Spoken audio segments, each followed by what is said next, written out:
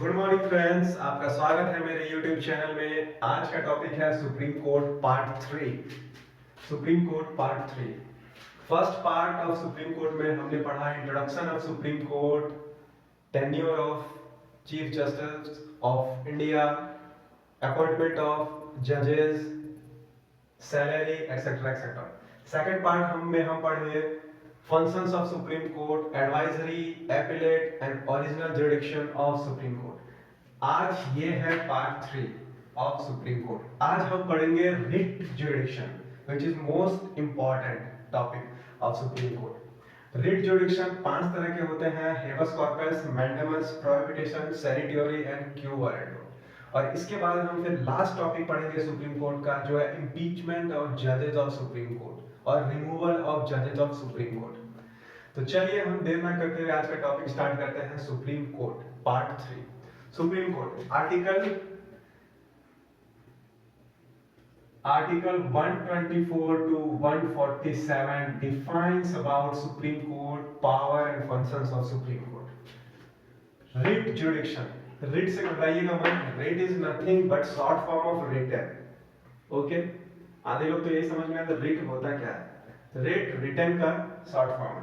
Writ jurisdiction, writ jurisdiction क्या होता है फ्रेंड्स? ये higher court, writ jurisdiction is issued by higher court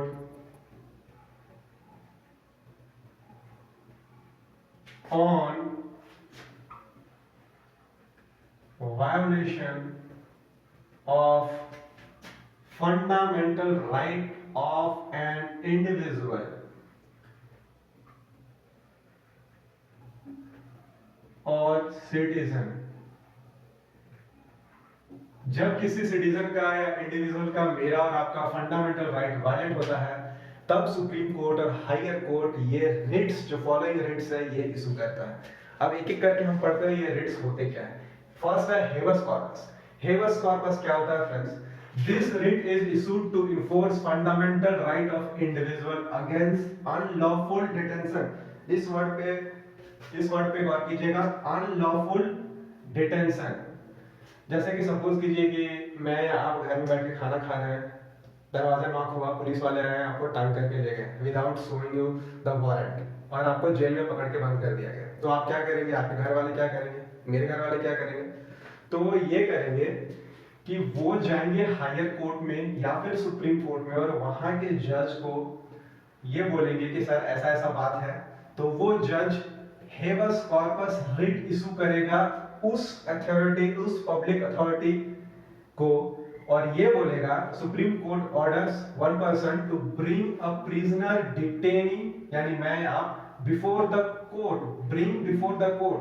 supreme court ये बोलेगा, या हाई कोर्ट या हायर कोर्ट के जजेस ये बोलेंगे पब्लिक अथॉरिटी को कि आप उस आदमी को जो डिटेन किए हो उसे हमारे पास लेकर के आओ, to bring the body. Habeas corpus का मतलब ये भी होता है to bring the body, to bring the body. Habeas corpus का मतलब ये भी होता है, ठीक है। इसका मतलब आप समझ गए। This writ is issued to enforce fundamental right. अगर आपके फंडामेंटल राइट का वायोलेशन होता है, 6 फंडामेंटल राइट्स हैं, ठीक है, अगेंस्ट अनलॉफुल डिटेंशन, और आपको लगता है कि ये अगेंस्ट लॉ है, तो सुप्रीम कोर्ट क्या करेगा? उस पुलिस वाले के खिलाफ रिट इशू करेगा, और उस पुलिस ऑफिसर को आपको कोर्ट के सामने ले जाना पड़ेगा, और कोर्ट ये डिसाइड करेगा if the person imprisonment is lawful और नॉट। ये कोर्ट डिसाइड करेगा, पुलिस वाले डिसाइड नहीं करेंगे, ठीक है। इसलिए घबराने की बात नहीं है। हेबस कॉर्पस है अपने पास, ये रिट इशू करवा सकते हैं हम। समझ में आ गया हेबस कॉर्पस। अब आते हैं मैंडेमस। मैंडेमस क्या है फ्रेंड्स? ये कुछ भी नहीं है। Mandamus is an order from superior court, ठीक है। Mandamus is an order from superior court, supreme Court और high court, to lower courts. Lower courts को ये ऑर्डर देता है हायर कोर्ट्स और tribunals to perform an act duty which is given to them to perform which they are not performing. ये mandamus के through Supreme Court या higher court lower court को ये बोलता है कि भैया आपको जो काम मिला है कॉन्स्टिट्यूशन ऑफ इंडिया के तहत, वो काम आप करो, आप कर नहीं रहे हो, वो काम को याद दिलाता है, ठीक है, लोअर कोर्ट को कि आप काम नहीं कर रहे हैं, ठीक है, आप काम करो। सपोज एक एग्जांपल लेते हैं, मैं गया पुलिस स्टेशन और वहां पे मैं बोला कि मेरे साथ ये प्रॉब्लम है, I want to file complain, और वो मेरा कंप्लेंट लिख नहीं रहा है, ठीक है, तो कंप्लेंट लिख नहीं रहा है, तो आप क्या करोगे? पुलिस वाले होते ही ऐसे कामचोर, तो आप क्या करोगे बताइए? आप क्या करोगे? घबराना नहीं है, सुप्रीम कोर्ट है अपने पास, हायर कोर्ट्स हैं, डिस्ट्रिक्ट कोर्ट्स हैं हमारे पास, ठीक है। हम जाएंगे कोर्ट में, अब बोलेंगे सर ऐसा ऐसा बात है, ठीक है, तो वो कोर्ट जो है उस पुलिस वाले को मैंडेमस रिट इशू करेगा और बोलेगा to perform an act duty, police वाले भैया, which is given to you to perform which you are not performing, याद दिलाएगा काम को उसको, ठीक है, मैंडेमस। हेबस कॉर्पस समझ गए, मैंडेमस समझ गए, ठीक है। उसके बाद प्रोहिबिटेशन। प्रोहिबिटेशन में क्या होता है friends? Higher court orders lower court not to cross their limit, ठीक है, उसमें बोलता है सिंपली कि आप अपना जो आपका काम है वो काम करो, आप अपना लिमिट क्रॉस मत करो, ठीक है, not to cross their limit of jurisdiction, do within your limit, not beyond it. अब इसको एग्जांपल से हम ऐसे समझते हैं कि सपोज आप किसी चीज का सजा काट रहे हैं किसी कोर्ट में, ठीक है, डिस्ट्रिक्ट कोर्ट में मान लीजिए आप सजा काट रहे हैं, और मुझे सजा मिलने ही वाली है, डिस्ट्रिक्ट कोर्ट के जज सजा सुना रहे हैं हमें, ठीक है, कटघरे में मैं खड़ा हूँ, ठीक है, ताजी हाथे दीन के तहत तमाम सबूत और गवाहों को मद्देनजर देखते हुए आरोपी एक्स वाई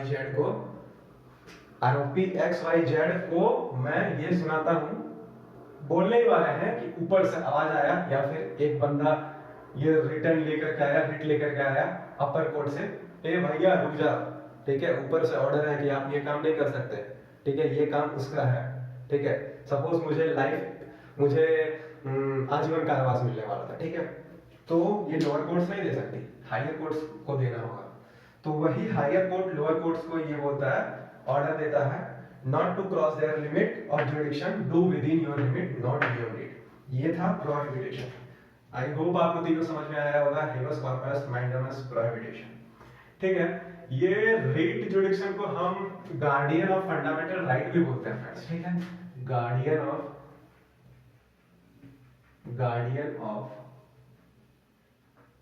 फंडामेंटल राइट्स।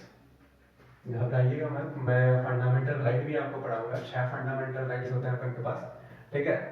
अभी हम सुप्रीम कोर्ट पढ़ रहे हैं तो सुप्रीम कोर्ट में फोकस कीजिए, आर्टिकल 124, हेबस कॉर्पस, मैंडेमस, प्रोहिबिटेशन। अब हम पढ़ेंगे sanitary and quo warrant. Sanitary and quo warrant, ये रिट कुछ नहीं है basically, sanitary writ and quo warrant, this writ is issued by higher court to lower courts to transfer the matter। अब क्या हुआ ना, अब इसमें ये हुआ, इस रिट में ये रिट इशू होता है, हायर कोर्ट लोअर कोर्ट्स को ये बोलता है कि भैया तेरे से ये काम नहीं होगा, तुम ये केस को ट्रांसफर मुझे कर दो, ठीक है, सिंपली यही है इसका मतलब। क्यू वारंट क्या होता है? This writ is issued, basically it is nothing, ये किसी भी पर्सन, अगर किसी कोर्ट को या फिर जजेस को लग रहा है कि ये ऑफिस ऑफ प्रॉफिट होल्ड किया है इलीगली इस चेयर को या फिर इस पद को वो लिया है, तो वो क्यू वारंट और रिट इशू करेगा, ठीक है। Basically this writ is issued to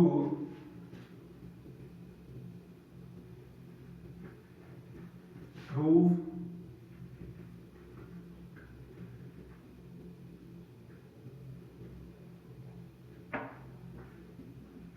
eligibility of a person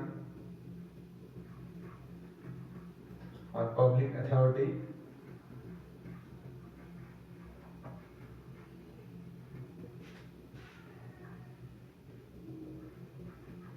prove his qualification on which he is holding the office of profit. इसका एग्जांपल देता हूं मैं, जैसे कि एक पर्सन का रिटायरमेंट एज क्या है, 60 साल, लेकिन एक 62 साल का व्यक्ति किसी ऑफिस को, किसी सरकारी पद को लेकर के बैठा है, ठीक है, और ये जज साहब को पता चल गया, तो हायर कोर्ट उसे quo warranto of writ issue करेगा और उसको प्रूव करने बोलेगा on which basis you are holding this seat, you have to prove your eligibility and qualification. आप अपना क्वालिफिकेशन इस चेयर को होल्ड करने का प्रूव करो और एलिजिबिलिटी प्रूव करो। सिंपली यही है क्यू वारंट। न्यूज में बहुत आता रहता है क्यू वारंट हो, एग्जांपल भी समझा दिया, सेरिटरी भी समझा दिया। ये हो गया पांच रीड्स हमने पढ़ लिया friends, habeas corpus, mandamus, prohibition, certiorari and quo warranto. ठीक है, नेक्स्ट पार्ट में हम लोग करेंगे impeachment of judges of Supreme Court और removal of judges of Supreme Court। Removal of judges of Supreme Court और impeachment process। Impeachment process। जजेस of Supreme court को कैसे हटाया जाए, अगर वो मानसिक संतुलन खो दे या फिर वो काम करने में सक्षम नहीं हो तो उनको हटाना पड़ेगा ना फ्रेंड्स। तो कैसे हटाया जाएगा, वही प्रोसेस को हम यहाँ देखेंगे। Process of impeachment. First, A removal motion is signed by 100 member of Lok Sabha और 50 मेंबर ऑफ राज्यसभा।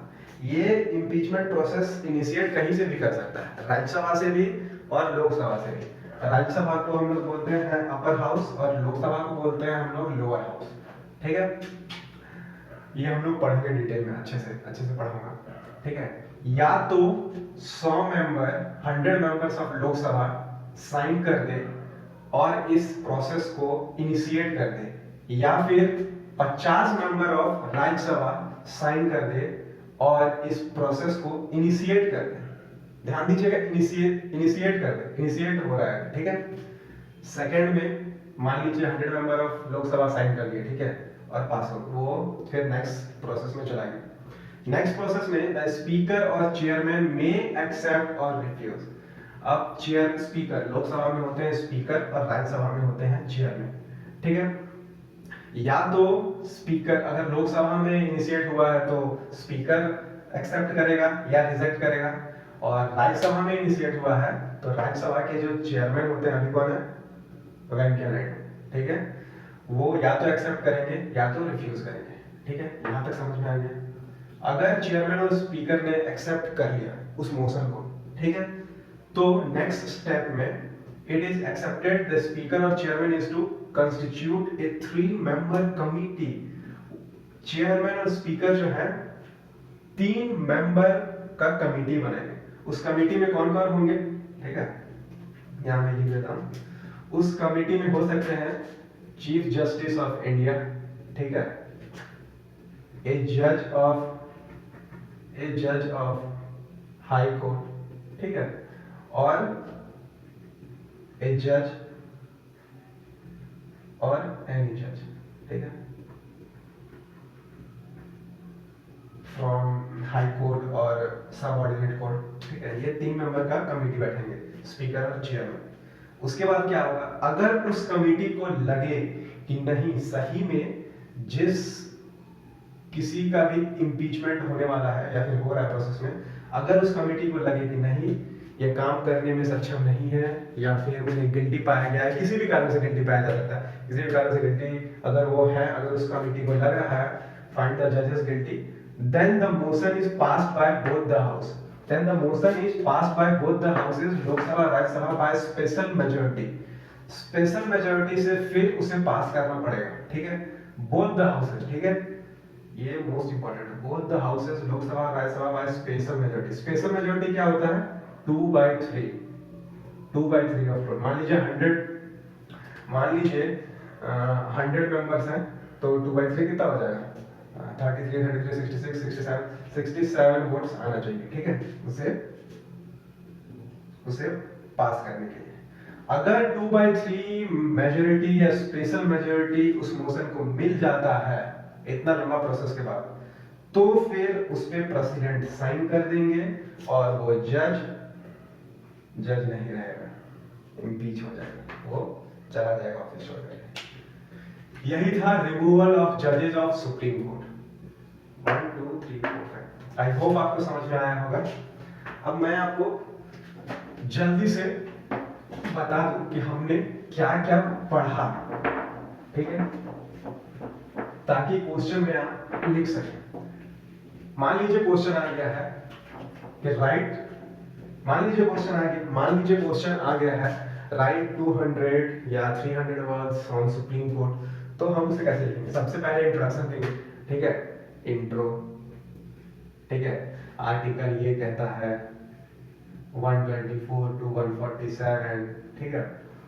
उसके बाद जो भी इंट्रो होगा वो हम देंगे। उसके बाद फिर अपॉइंटमेंट ऑफ जजेस, ठीक है, अपॉइंटमेंट ऑफ जजेस, ठीक है, इसके पॉइंट्स होंगे। फिर एलिजिबिलिटी, ठीक है, फिर टेन्योर, ठीक है, फिर सैलरी, ठीक है, फिर फंक्शन, ठीक है, फंक्शन में ओरिजिनल जुरिडिक्शन, फिर सेकंड में क्या था, रिट जुरिडिक्शन। रिट को आप पहले लिखिएगा क्योंकि ये इंपॉर्टेंट है। रिट जुरिडिक्शन, रिट में क्या था, हेबस कॉर्पस।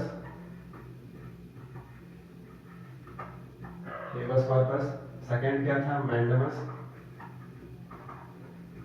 थर्ड क्या था, प्रोहिबिटेशन। फोर्थ क्या था, सेलेटिवरी। फिफ्थ का क्या था, क्यू वारंटो। थर्ड जुडिक्शन क्या था, एपिलेट जुडिक्शन। फोर्थ क्या था, एडवाइजरी।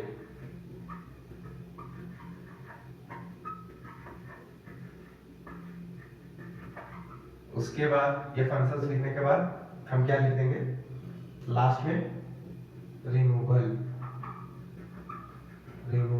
ऑफ जजेस। बस दैट।